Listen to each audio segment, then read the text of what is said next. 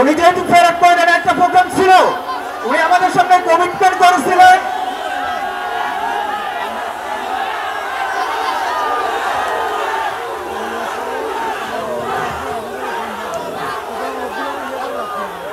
সম্মানিত উপস্থিতি, আসসালামু আলাইকুম রহমতুল্লাহ। আপনাদের কি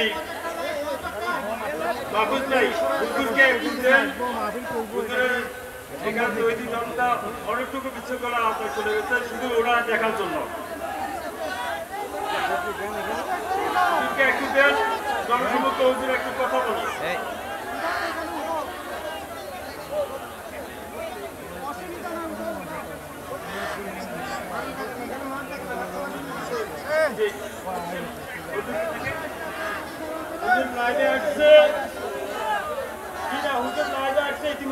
দেখতে পাচ্ছেন সম্মানিত উপস্থিতি, হুজুর অলরেডি লাইভে আছে, দেখতে পাচ্ছেন।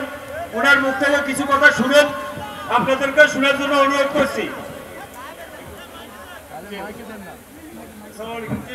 একটু কথা বলেন।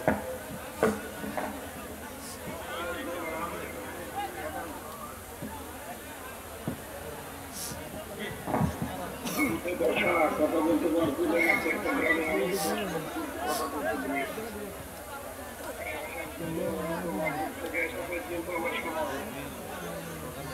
চট্টগ্রামের মেয়র সাহেব 1 ঘন্টার উপরে সময় নষ্ট করেছে। জামাত ইসলামের যিনি দায়িত্বে আছে যে শামসুদ্দিন চৌধুরী, ওনারা দেরি করে ফেলেছে। আর আমারও বলার অবস্থা এখানে হওয়ার কথা, কিন্তু জায়গায় সমস্যা ওখানেও শেষ করতে পারলাম না ভালোভাবে। রাস্তায় গাড়ি চালানো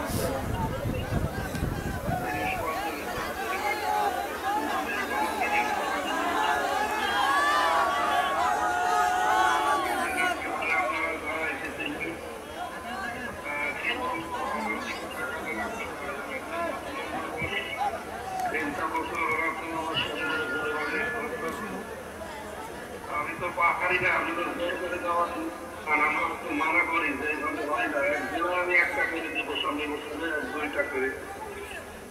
বছরে মাহফিলটা নষ্ট হয়ে গেল, সামনে বছর এটা দিলে আর জেলার ভেতরে হয়তো 4-5 মাস পরে আর একটা, এইভাবে করে মাহফিল সামনে কমিয়ে যাবে।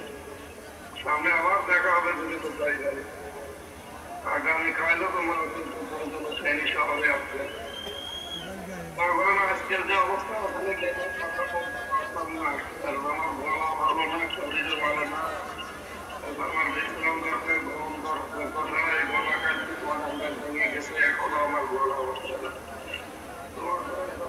সমস্যা দিয়ে দোয়া করেন প্রতিটা যেন তার অবস্থায় আমার ধীরে যায়, সেটা আমার হাতে না। আমার সাথে চেষ্টা চালিয়েছে সময়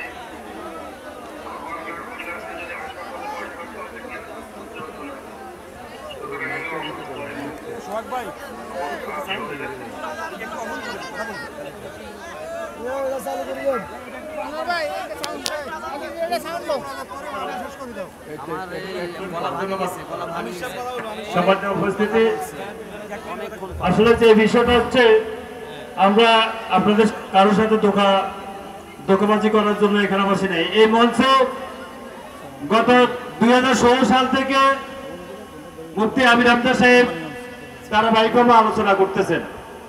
তার সাথে ডক্টর মিজানুর রহমান আজারি সাহেব এখানে আলোচনা করছেন। আমরা কোনো ধোঁকা দেওয়ার জন্য এত বড় মঞ্চ তৈরি করি নাই, এত টাকা খরচ করি নাই। আসলে হুজুর চট্টগ্রাম থেকে আসার পথে জামে ভোটে এই সমস্যা হচ্ছে, কিন্তু এখন আপনারা যদি বলেন যে আমরা আরো 1-1.5 ঘন্টা এখানে অপেক্ষা করবো, আমি হুজুরকে আনাতে পারবো। এখন বিষয় কি পারা যাবে?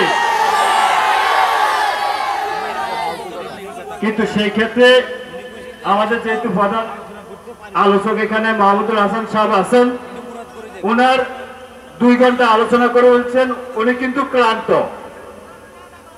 উনি অনেকটুকু ক্লান্ত হয়ে গেছে। আমরা আমাদের এখান থেকে একজন আলোচনা দিব, আপনারা সে পর্যন্ত অপেক্ষা করবেন কিনা। জি, আসলে আমি বুঝতে পারি আপনারা দূর দূরান্ত থেকে আসছেন। হুজুরও সে কথা বলছে, হুজুরা একটু ক্লান্ত। ইনশাল্লাহ আশা রাখি আগামীতে হুজুর আবার এই ময়দানে তাফসীর করবেন।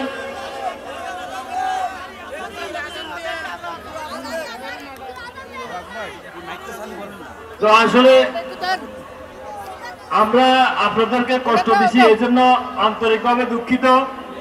আমরা কমিটি যারা আছে আসলে আমরা এখানে কোনো কিছু ত্রুটি রাখি নাই। তারপরে সার্বিক পরিস্থিতি ভুল ত্রুটির জন্য সকলে ক্ষমা দৃষ্টিতে দেখবেন, এই বলে আমার বক্তব্য শেষ করছি। এই মুহূর্তে আমাদের এখানে উপস্থিত আছেন মাওলানা মাহমুদুল হাসান সাহেব, উনি মুনাজাতের মাধ্যমে শেষ করবেন। তার আগে আমি কথা বলবো না। আমরা যেহেতু ইমানদার মুসলমান, আমরা মাথা গরম করব না। আপনারা দীর্ঘ সময় ওয়াজ শুনছেন, হামজা সাহেব আবার আসবেন, উনি অসুস্থ বলছেন, এর উপরে তো চলে না। বিশাল প্যান্ডেল, ওনারা এত কষ্ট কেন করেছেন ওনাকে আনার জন্য? উনি অসুস্থ, এই জন্য আমরা মাথা গরম করব না। হুজুর যে ওয়াজ করেছেন, এখন সংক্ষিপ্ত মুনাজাত করব, এরপর আমরা যাব। ধৈর্য রাখেন, বিভিন্ন জায়গায় উনি আসবেন, ফেনীতে আসবেন। মাথা গরম করা কিন্তু মুসলমানের কাজ না, এই জন্য আমরা ধৈর্য ধারণ করব। সামনে উনি আসবেন, এই জন্য আমরা ধৈর্য ধারণ করব। হুজুর এখন মুনাজাত করে দেবেন।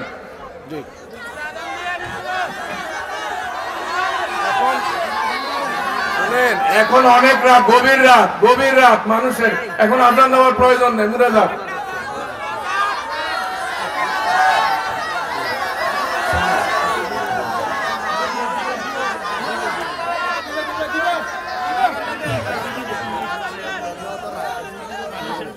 সকলে একসাথে মোনাজাত করি।